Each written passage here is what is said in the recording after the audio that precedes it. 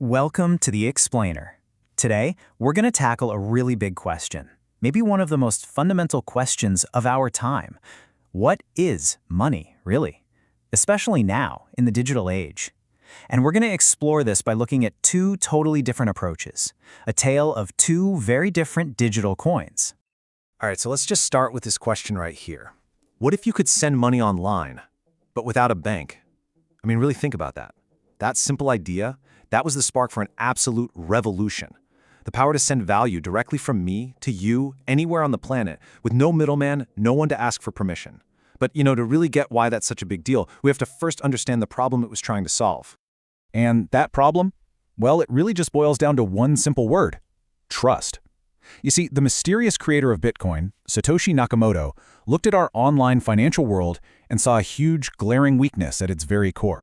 Satoshi basically said, look, the way we do commerce online relies almost completely on these big financial institutions. And while that works, it's built on a trust-based model that has some serious weaknesses. Think about it. You've got hidden costs, right? Fees for everything. You have transactions that can be reversed, meaning nothing is ever truly final. And maybe most importantly, it puts all the power and all the risk in the hands of a few central players. Okay, so if you're going to build a whole new kind of money, something from scratch that doesn't have all those weaknesses, where do you even begin? What's the blueprint? Well, for that, we can actually turn to the ideas of an economist named Ludwig von Mises. This guy spent a ton of time thinking about this very question. What makes money, well, sound money? So Mises laid out these qualities, but it's not just a checklist. He saw it as a kind of evolutionary process. He argued that real, sound money isn't just created by a government saying, poof, this is money now. No, it's discovered by the market. It starts with something that's just useful for trading, a medium of exchange. If enough people find it useful, it starts to emerge as the go-to thing for trade. Then it becomes generally accepted.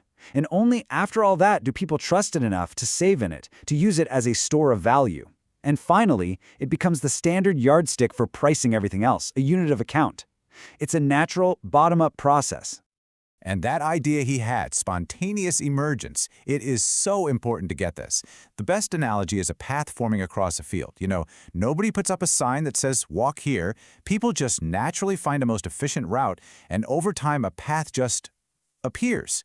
Mises said money is exactly like that. It's a tool that emerges from countless individual human actions, not from some grand top-down plan. Okay, so keeping that blueprint from Mises in our back pocket, let's turn to the first real attempt to build this kind of sound money for the internet age. Yeah, you guessed it, we're talking about Bitcoin. So this was the absolute core problem Bitcoin had to solve. It's a real brain twister. If you don't have a bank or a central server keeping the books, how on earth do you stop me from sending the same digital coin to you and then also to someone else? It's called the double spend problem. How does a massive global network of strangers all agree on one single version of the truth with no one in charge? And the solution was, frankly, brilliant. It's called proof of work. And the big idea here is to replace trust in a company with trust in math and physics. Think of it like this. It's a giant, ongoing global lottery. To get the right to add the next page of transactions to the public ledger, computers all over the world are racing to solve a super hard math problem. It takes a ton of computational power, real energy, to find the answer. The winner gets to add the block. And because it costs so much in electricity and computing time to do this, it makes it incredibly expensive and difficult for anyone to lie or cheat the system. So what you end up with is this public ledger, this chain of transactions that anyone can look at. And the rule for knowing which version is the real one is super simple. The longest chain wins. Why? Because the longest chain is the one that has had the most computational work, the most energy poured into it. It's the hardest to fake. It's consensus, not by committee, but by cryptography. And this is maybe the most crucial part. Unlike our regular money, which can be printed, whenever a central bank feels like it, which can lead to inflation that eats away at your savings, Bitcoin is different. There will only ever be 21 million. Ever! That number is locked into the code. It's that absolute, verifiable digital scarcity that gives it one of the key properties of sound money. But, and this is a big but, as anyone who's watched the markets knows, Bitcoin's price can be, a roller coaster. It's super volatile. And that quest for something a little less wild led to the invention of a totally different beast, the stablecoin. Now, the whole point of a stablecoin is completely different. They aren't trying to be a new, scarce form of money. Not at all. The goal is much simpler. Create a digital token that's pegged 1-1 to an existing asset, usually something like the US dollar. The whole idea is just to have a stable digital dollar you can use for trading without all that volatility. So, how do they keep that price stable? Well, here's the twist. They do it by bringing back the very thing Bitcoin was designed to get rid of, a central authority. You have a single company that creates the tokens. They're supposed to hold real dollars in a bank account to back up every token they issue. They can print more or take some out of circulation whenever they want. It all comes back to trusting that one company to be honest and competent. And right there, that's the great divide. This is where we see the fundamental clash in philosophy between these two types of digital money. It's not just a technical difference, it's a choice between two completely different ways of thinking about control. This table really lays it all out, doesn't it? On one side, you've got Bitcoin, decentralized, so no one is in charge, a fixed, scarce supply that can't be messed with, and a fully public ledger. On the other side, you've got stablecoins, centralized, run by a company. The supply is elastic, meaning they can change it. And transparency? Well, you have to trust their audits. You trade decentralization for price stability. That's the deal. And this gets to the absolute heart of the matter.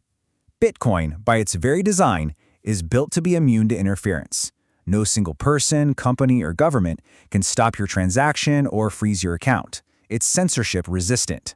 But stablecoins, because they're run by a central company, they are absolutely susceptible to censorship. We've already seen instances where accounts have been frozen and funds blacklisted by the issuing company, often at the request of authorities. It's a massive difference. So, after all that, what's the big picture? What are the main things you should walk away with? Okay, let's break it down. First, this idea of sound money. Historically, it's something that just emerges from the market. It's not dictated from on high. Second, Bitcoin is this radical experiment in creating a decentralized version of that, one that's based on math, not on trusting people. Third, stablecoins make a different trade-off. They give you price stability, but they do it by bringing a trusted central company right back into the middle of everything. And that really brings us to the core conflict here. Do you want something that's censorship-resistant, or do you want something with centralized control? And that really is the big question we're all going to have to answer as we move into the future.